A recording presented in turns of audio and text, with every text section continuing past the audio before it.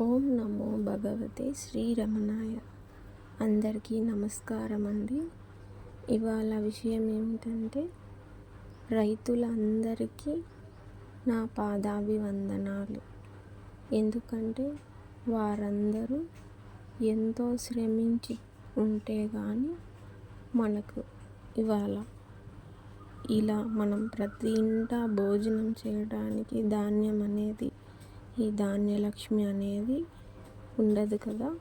అందుకని వారి శ్రమ, వారి కష్టము, ఎంతో శ్రమపడి చేస్తారు కదా. వారు ఎన్నో పనులు రాత్రనక పగలనక కష్టపడతారు. వారి కష్టం అంతా ఇంత కాదు. ఎండకు కూడా పని చేస్తారు. వారు ఎంతో చెమటోడ్చి పనిచేసి ధాన్యాన్ని తెచ్చుకుని అందరికీ పంచే ప్రయత్నం చేస్తారు. అంతా మన కుటుంబమే అన్నట్లు చేస్తారు వాళ్ళు రైతులు. వారు లేనిదే మనం లేము. ఈ ప్రపంచానికి ఉదయం లేచిన దగ్గర నుంచి అన్ని కూరగాయలను మనకు ప్రసాదించే దేవుళ్ళతో సమానం వారు. అది మనందరికీ తెలిసిన విషయమే, కానీ మనం గమనించుకోము. మనం ప్రతిరోజు చేసే ప్రతి వంట వారి కష్టమే అని మనం గుర్తించుకుంటే మనం వారిని ఎంతో గౌరవించాల్సిన అవసరం ఉంటుంది. ప్రతిరోజు దేవుళ్ళను తలుచుకున్నట్టుగా వారి కష్టమే మన ఇంట, మన చేతిలో వంటగా మారుతుంది అని మనం అర్థం చేసుకుంటే వారి గొప్పతనం ఎంతో ఎంతో ఉంటుంది. ఒక రూపం దాల్చిన కూరగాయలు ఎంతెంతో రూపం దాల్చి ఉంటాయి. కూరగాయలు, పండ్లు ఏవైనా. అలా మనం వారిని ఎంతో గౌరవించాలని వారికి నా పాదాభివందనాలు. రైతులందరికీ వారు ధాన్యలక్ష్మిని ప్రతి ఇంట ప్రసాదించే ఒక దేవుళ్ళతో సమానమని నేను నమ్ముతున్నాను. వారు లేనిదే ఈ ప్రపంచానికి గడవదు. ధన్యవాదాలు. ఇంకా ఎంతో ధైర్యవంతంతో వాళ్ళు చేసే సాహసం అంతా ఇంత కాదు. ఆ తోటలలోకి వెళ్ళి వాళ్ళు రాత్రనక పగలనక చేస్తారు కష్టంతో. రాత్రిళ్ళు వెళ్తారు. నా చిన్నప్పుడైతే పల్లెటూరిలో ఉన్నప్పుడు వాళ్ళు టార్చ్ లైట్ తీసుకొని భోజనం చేసి 7:30 సమయంలో, ఇప్పుడైతే టౌన్లో అన్ని లైట్లు అన్నీ ఉంటాయి కదా, అప్పుడైతే అలా ఏమీ లైట్లు కూడా లేదు. ఉట్టి టార్చ్ లైట్ తీసుకొని వెళ్తారు. నా చిన్నప్పుడు చూసేదాన్నండి నేను. ఎంత బాగా వెళ్తారంటే అక్కడ అంతా చీకటే ఉంటుంది.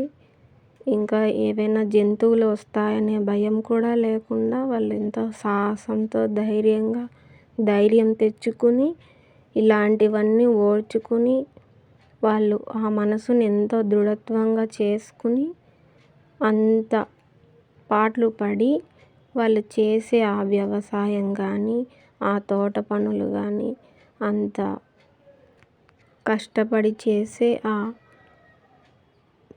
పనులే అవే పంటలుగా మనకు వారు ధారపోస్తున్నారని మనం అర్థం చేసుకుంటే రైతులు మన కోసం ఇంత కష్టపడుతున్నారా అని అనిపిస్తుంది.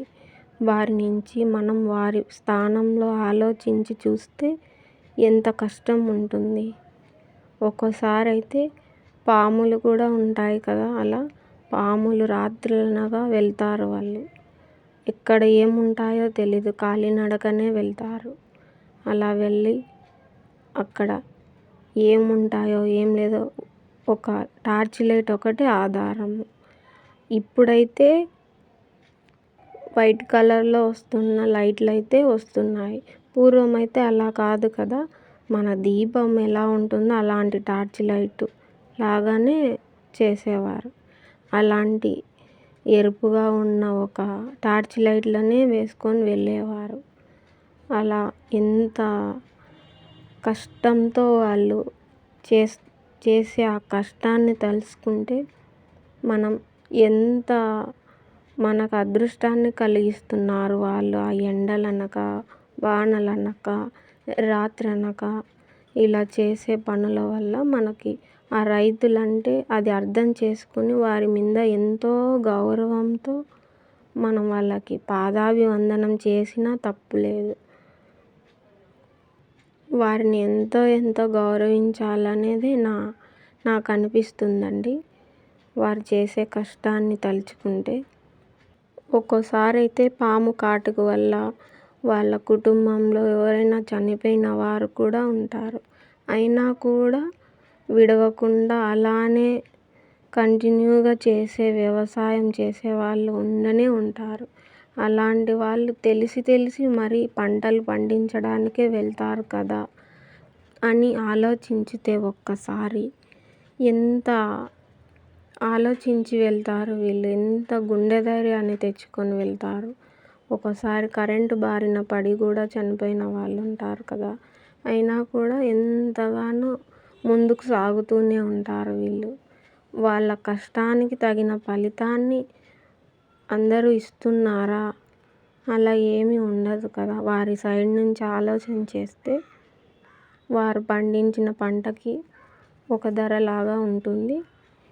మన దగ్గరకు వచ్చే ధరలు వేరేలాగా ఉంటాయి. నిజమే కదండి ఇది.